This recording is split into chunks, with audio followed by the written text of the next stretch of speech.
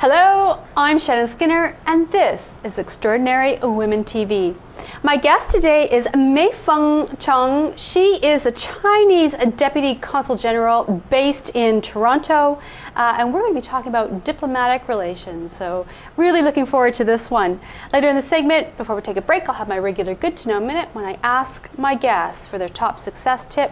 You're going to hear Meifang's. Meifang, hello. Hello, Shannon. It's really my privilege and pleasure to appear in your show. Oh, it's so lovely to have you. Now, your name is a beautiful name. What is the significance of it? Yeah, it's a very Chinese name, and actually I was born and bred in Shanghai. That's why the name is very Shanghainese, what we call. So the real English meaning behind it is called beautiful flower. Beautiful flower. And also the fragrance of the flower. Yes, I love it. Now, you're a diplomat. I mean, Yes, this is really what your role is. Yes. What does a diplomat do? I mean, it's so mysterious to me, and it must be to others. But let's talk about, what is the role of a diplomat? Well, in a broader sense, a diplomat is to promote the excellent and friendly relations between China and also other countries in the world. Let's say I'm here, that's why one of my roles here is to promote amicable, friendly relations between the Chinese people as well as the Canadian peoples and the people here in Toronto in particular, because I'm based myself here in Toronto. And besides, our role here is also to promote economic and trade, financial, educational, cultural, and other fields exchanges and cooperation between our two countries. And also, we are here to enhance the mutual understanding and friendship between the two peoples of our two great countries. We also try to enable our Canadians to have a better understanding of the Chinese culture and the Chinese people as well. Right. Wow. What does a day for you look like on the job? Well, day to day is very different. Sometimes it can be, lots of desk work, and sometimes it can be entire activities out, including today. I'm out really having great fun with you to attend the Extraordinary Woman TV show, and this is something which I'm really looking forward to. And right now I'm with you. I cannot wait to share with you some of my views and ideas vis-a-vis how to be a Chinese woman diplomat. So was this a difficult career path as a woman in China? I mean, you began really your career as an interpreter and attaché. But what were the challenges for you at that time? It's really a good question. As you know, that in China we have almost 1.3 billion Chinese, and perhaps even more nowadays. So there is lots of competition, and in order to become a civil servant or become a diplomat, especially a woman diplomat in particular, out of 1.3 billion Chinese, we have only less than 2,000 Chinese women diplomats. So you could imagine how difficult it could be, the entire process, to become a very successful woman diplomat. As just now you mentioned, I started my diplomatic career as an official interpreter and translator. So I was specially trained. So my role was to provide English services to our Chinese leaders during their official trips abroad, for our former president, former prime minister, and also former ministers during their official trips abroad. When I say former, meaning that I'm no longer an English interpreter and translator nowadays. And also I did provide English services to the visiting heads of states and government during their official trips here in China. So did you get to see a lot of the world? Oh yes, I did. Yeah. So I had the chance to travel to 5 continents, over 100 countries and regions around the world. The most exciting thing is to meet all successful, influential and also important people around the world. Let's say politicians, statesmen, successful business entrepreneurs. Every day you meet different people. So this is one of the exciting part of our life, is to meet people, to understand its cultures, to understand their history, and to make friends with people all over the world. Now I'm here, I have so many Canadian friends. And was there someone who stands out in your mind as a person who excited you the most that you met as you were traveling the world, or even here? Is there one person that stands out and you said, oh my God, I'm so glad I met this movie star or someone? Yes, you're right. Because I'm a diplomat, I did have a chance to attend lots of functions. Just let's say 2 years ago, the G20 summit was held here, right. And a Chinese president was here. So I was really lucky to become one of the team members to greet our president. So while he was here in Toronto, he was supposed to meet US President Obama and the Russian President, and Japanese Prime Minister, President from Indonesia, the UN Secretary General during his stay here in Toronto. So I had a chance to meet these all great statesmen. So I thought, wow, these are the real statesmen. Before that, I thought that I only meet them on TV, not in real persons. So that was really something impressive and striking.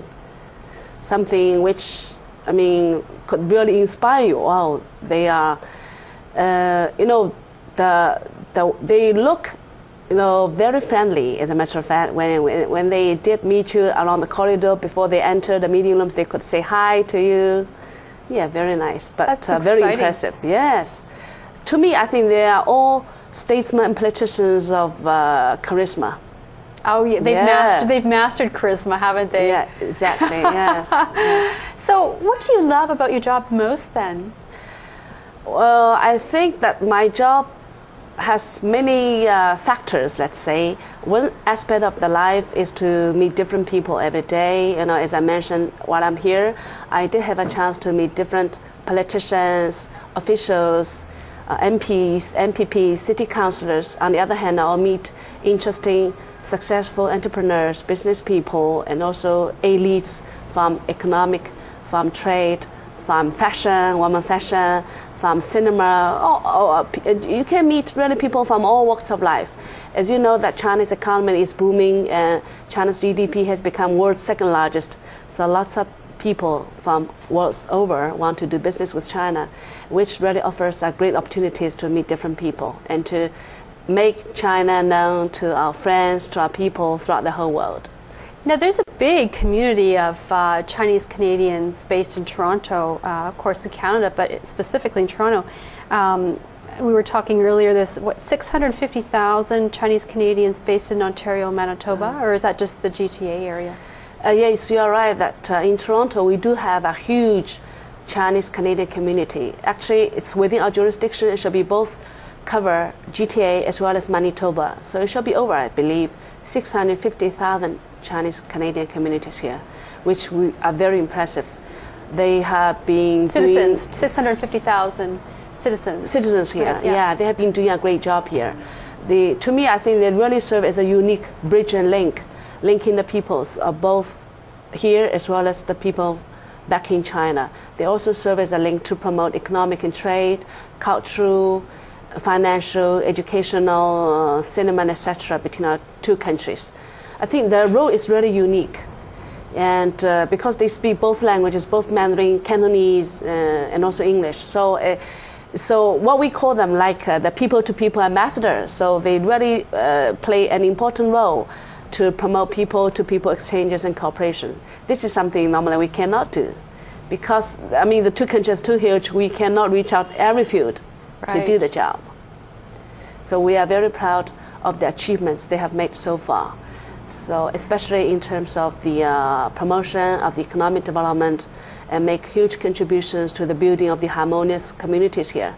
So we're really, really very proud of them. Let's say the Honorable Prime Minister Stephen Harper has just completed his second successful state visit to China. So during his visit, I was very proud to see 4 Chinese who were very much honored to join Prime Minister's trip to China. Now, Meifang, we are going to take a quick break, and before we do, it's my good to know minute, and I know you've got a great success tip to share with my viewers, so jump right in there. What's your top success tip? Okay, as you know, I'm from the East, very much influenced by China's 5,000 years of history and culture. But to me, I think to be successful, first of all, you must have a very clear-cut goal. And then, for instance, I wanted to be a diplomat when I was a little girl. And then, you know, once you are a diplomat, and then in every stage, you must have a very specific goal in every stage of your life. Because to be a diplomat, you started from scratch. You started from attaché, third secretary, second secretary, first secretary, and now where I am now, the consular equivalent to the deputy consul general. And then there are still many ways ahead. Let's say we have the minister consular, minister and master. So that's really a ways ahead to strive forward to reach my another goal in life. So have goals. Oh yes, have goals. And also action is also important. To have goal is really important in life, but to me, I think the most important thing is to do it. Action is really the prerequisite for being a success. So let's say no pains, no gains. Without hard working, nothing would come, naturally. So action is also important, and also to me, try to sum up the experiences which you have done in the past. This is also important. Well, thank you so much for that, and we're going to pick it up after the break. Okay. We are going to take a quick break, and when we come back, more with Meifang Zhang. So stay with us.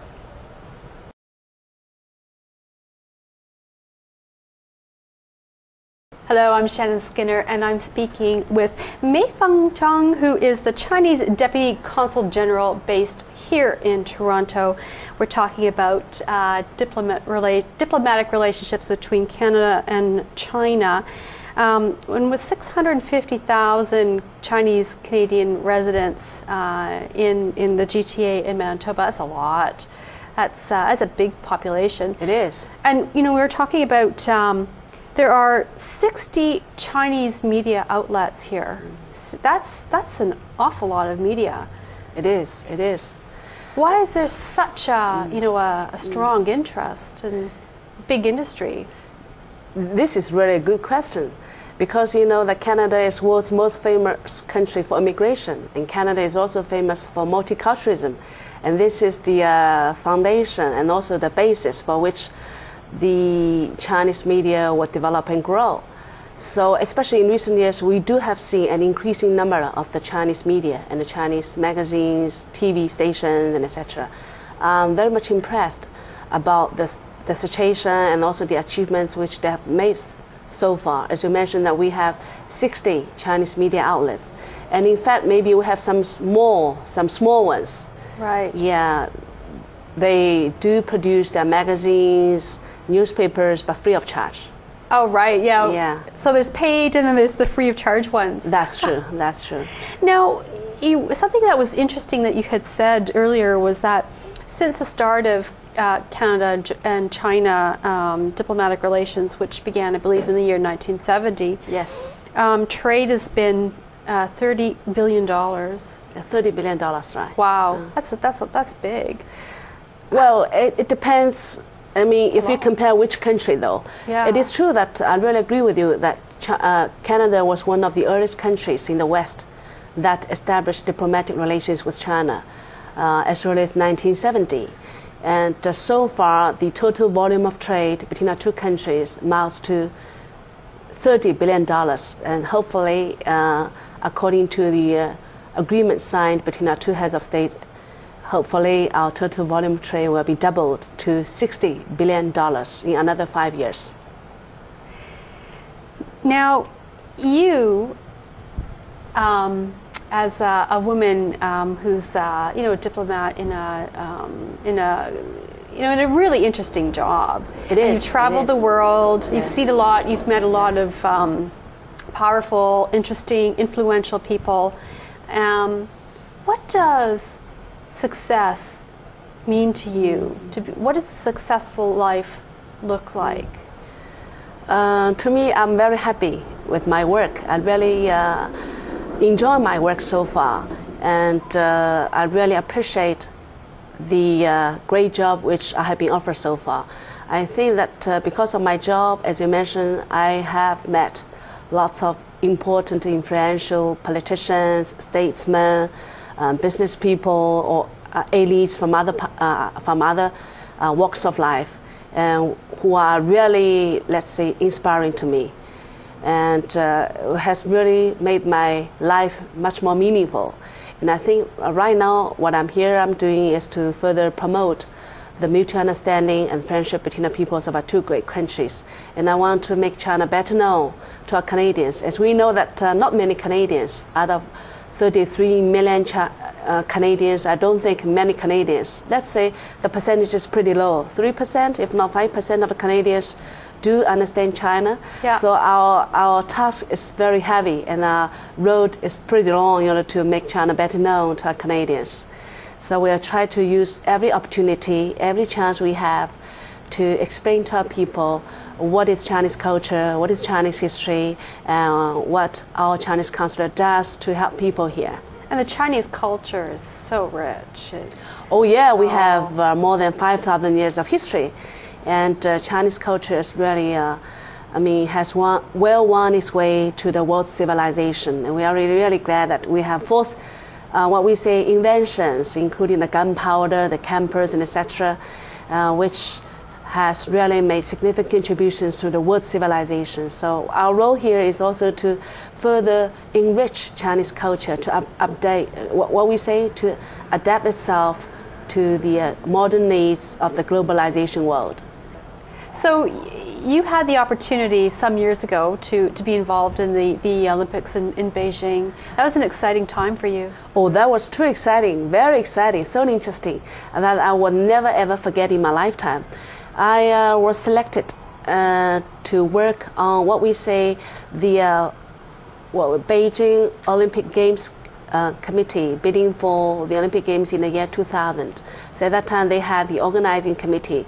I was invited to work for the External Relations Department. So my role was to assist our Chinese leaders of the Beijing Olympics bid committee to travel around the world to make our bid better known to the officials of the International Olympic Committee, and also to make our bid better known to the major sponsors of the world. So it's very interesting. So because of the job, I really had the chance to travel extensively and widely throughout the whole world. You love to travel? Oh yes, I do. Yeah, because traveling can really enrich your knowledge, can broaden your horizon, and through traveling, you can really make great friends.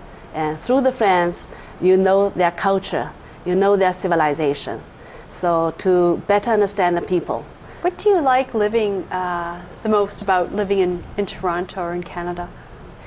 I think that I really enjoy my stay here. I really love Toronto because it's a city full of culture. It's a multicultural city. And this is something which you cannot find elsewhere. I used to work in Paris, I used to work in New York, two of the big cities, exciting cities. Yet here, Toronto is so different because it's multiculturalism.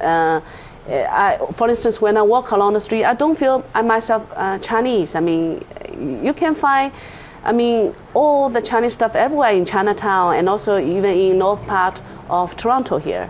You can go to the Chinese supermarket, you can go to the Chinese bank, you can go to the Chinese insurance company. Everything is in Chinese. That's why I try to persuade my mom to join us. And even if she doesn't speak English, I'm sure that she will be able to survive here. Well, we're really grateful to have you here representing China. Thank you so much, Shannon, for offering me the opportunity.